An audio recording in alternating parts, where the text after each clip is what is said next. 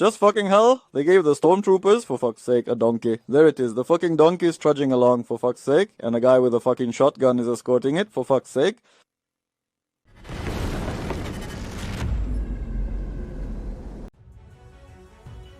Faced with another stalled offensive, Russian forces around Pokrovsk once again reverted to a familiar and costly tactic: massed assaults using lightly protected vehicles and sheer numbers.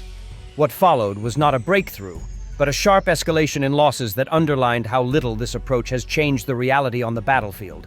In the Pokrovsk direction, soldiers of Ukraine's National Guard Spartan Brigade, working alongside the Birds of Magyar unit and other supporting formations, repelled a large Russian assault that relied on speed, fog, and volume rather than coordination.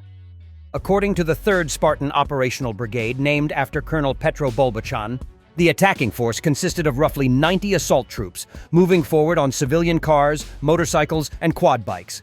The plan was simple: use poor visibility to rush Ukrainian positions and overwhelm them before defenses could react. That plan collapsed almost immediately. Despite fog and heavy movement on the approaches, Ukrainian aerial reconnaissance detected the columns in time. FPV drones and drones equipped with drop munitions were rapidly brought into action, striking the assault force as it advanced and breaking it apart before it could close in. The result was devastating. The brigade reports that around 80 Russian soldiers were killed, 2 were wounded, and 2 were captured. In manpower alone, the losses equaled an entire full-strength Russian infantry platoon wiped out in a single failed push. The material losses matched the human cost. The assault force left behind 10 quad bikes, 4 motorcycles, and 6 civilian vehicles destroyed or disabled on the battlefield. It was another example of how Russia's reliance on improvised mobility near Pokrovsk has turned roads and open ground into kill zones under constant drone surveillance. The wider picture is just as grim. On January 31, 2026, Ukrainian defenders repelled around 80 separate Russian assault actions in the Pokrovsk sector. Fighting spread across Mirnorod, Pokrovsk, Kotline, Udachny, Molodetsky, and Filia, as well as toward Ivanivka, Novopidorodny, and Rodinsky. Instead of gaining momentum, Russian forces appeared to burn through personnel and equipment in repeated, fragmented attacks. Earlier attempts to reinforce and redeploy units toward Pokrovsk ended the same way. Dozens of light vehicles were destroyed on the approaches, with Ukrainian strikes hitting Russian columns even before they reached the line of contact, particularly on routes between Shevchenkove and Pokrovsk.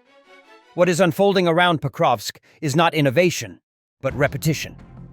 Faced with defensive lines they cannot break, Russian commanders keep falling back on massed assaults and expendable transport. Each attempt adds to the casualty lists and wreckage along the roads, reinforcing a pattern that has become increasingly hard to hide. Changing tactics on paper does not change outcomes when the battlefield is fully exposed from the air. Another example of Russia's renewed battlefield tactic unfolded near Pokrovsk, where Russian forces attempted an armored assault on the village of Hryshyn. The attack was meant to break through Ukrainian defenses and regain momentum after weeks of stalled operations. But it ended the same way as many recent pushes in this sector, with heavy losses and no gains. According to the 7th Assault Corps, Russian units advanced toward Hryshyn using armored vehicles, concentrating equipment and manpower in a direct thrust against prepared Ukrainian positions. Ukrainian forces detected the movement in time and responded with coordinated fire, striking the advancing colonnes and cutting the assault apart before it could achieve its objective. Enemy armored vehicles were destroyed, and Russian assault troops were eliminated during the engagement. The attack failed to secure any foothold in the village, forcing the surviving elements to retreat or scatter under fire. Ukrainian units then moved in to clear the area, with mopping-up operations still ongoing to eliminate any remaining enemy presence. This failed assault highlights a broader pattern around Pokrovsk. After earlier attempts based on small groups and light vehicles collapsed, Russian command appears to be reverting to heavier armored attacks in hopes of forcing a breakthrough. Instead, these renewed tactics are producing the same result: destroyed equipment, mounting casualties, and Ukrainian defenses holding firm. The Russian military is actively restoring a former Soviet-era garrison in Petrozavodsk, Russia's Republic of Karelia, near the Finnish border. The Finnish media ISLE reports that satellite imagery shows extensive site clearance, along with the arrival of military equipment and technical infrastructure. The once abandoned facility, which was largely inactive in the 2000s, is now being converted into a major logistical and combat base for Russia's armed forces. The facility is expected to serve as a base for deploying troops near Finland's border. According to Finnish military analysts, the garrison will serve as a core base for the new 44th Army Corps, with a strength of up to 15,000 personnel. Russia started forming this unit immediately after Finland joined NATO. As of now, the aggressor maintains between 2,500 and 3,000 troops in the Republic of Karelia. The bulk of the contingent consists of aerospace forces units. At the Besovets Air Base, Russia has concentrated 80 fighter aircraft. Alongside modern Su-35S fighter jets, older Soviet-era Su-27 aircraft are also based there. In addition to aviation assets, several thousand units of armored vehicles, trucks, and artillery pieces, mostly of Soviet manufacture, are stored in the region.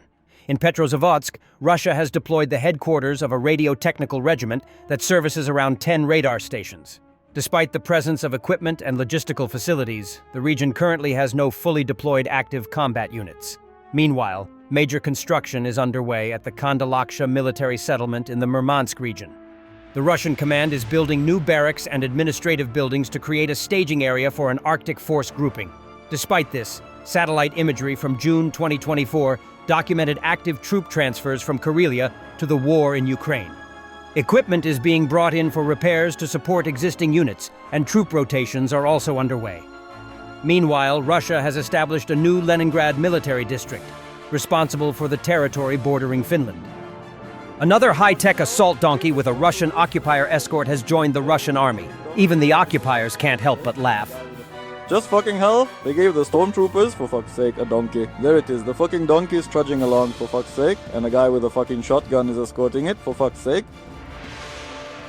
For fuck's sake, the ATVs are all gone, the motorcycles are all gone, every single vehicle, dry or wet, but we still have to haul this stuff. This is just a complete nightmare. To the friendship of those glorious people, Sochi will become a natural landmark. I understand you, let's go.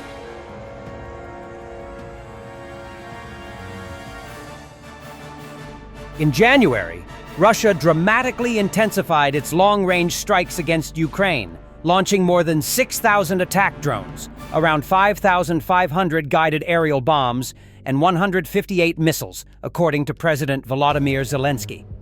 The majority of these attacks were directed at energy facilities, railways, and critical civilian infrastructure, aiming to disrupt daily life far beyond the front lines. Zelensky emphasized that the pressure has not eased, with strikes continuing almost every day. He stressed that Ukraine's ability to withstand this campaign depends directly on sustained air defense support, warning that without a constant supply of air defense systems and missiles, Russian attacks will keep targeting power grids, transport routes, and essential services. Thanks for watching, and don't forget to subscribe. Also, if you want to support Warthog Defense, please become our member and get early access to new videos, exclusive members-only videos, and become administrator in comments section. The membership link is in the description. Every day. We had a guy last week, it's 6 rescues in 6 days. You know, he's doing the job every day.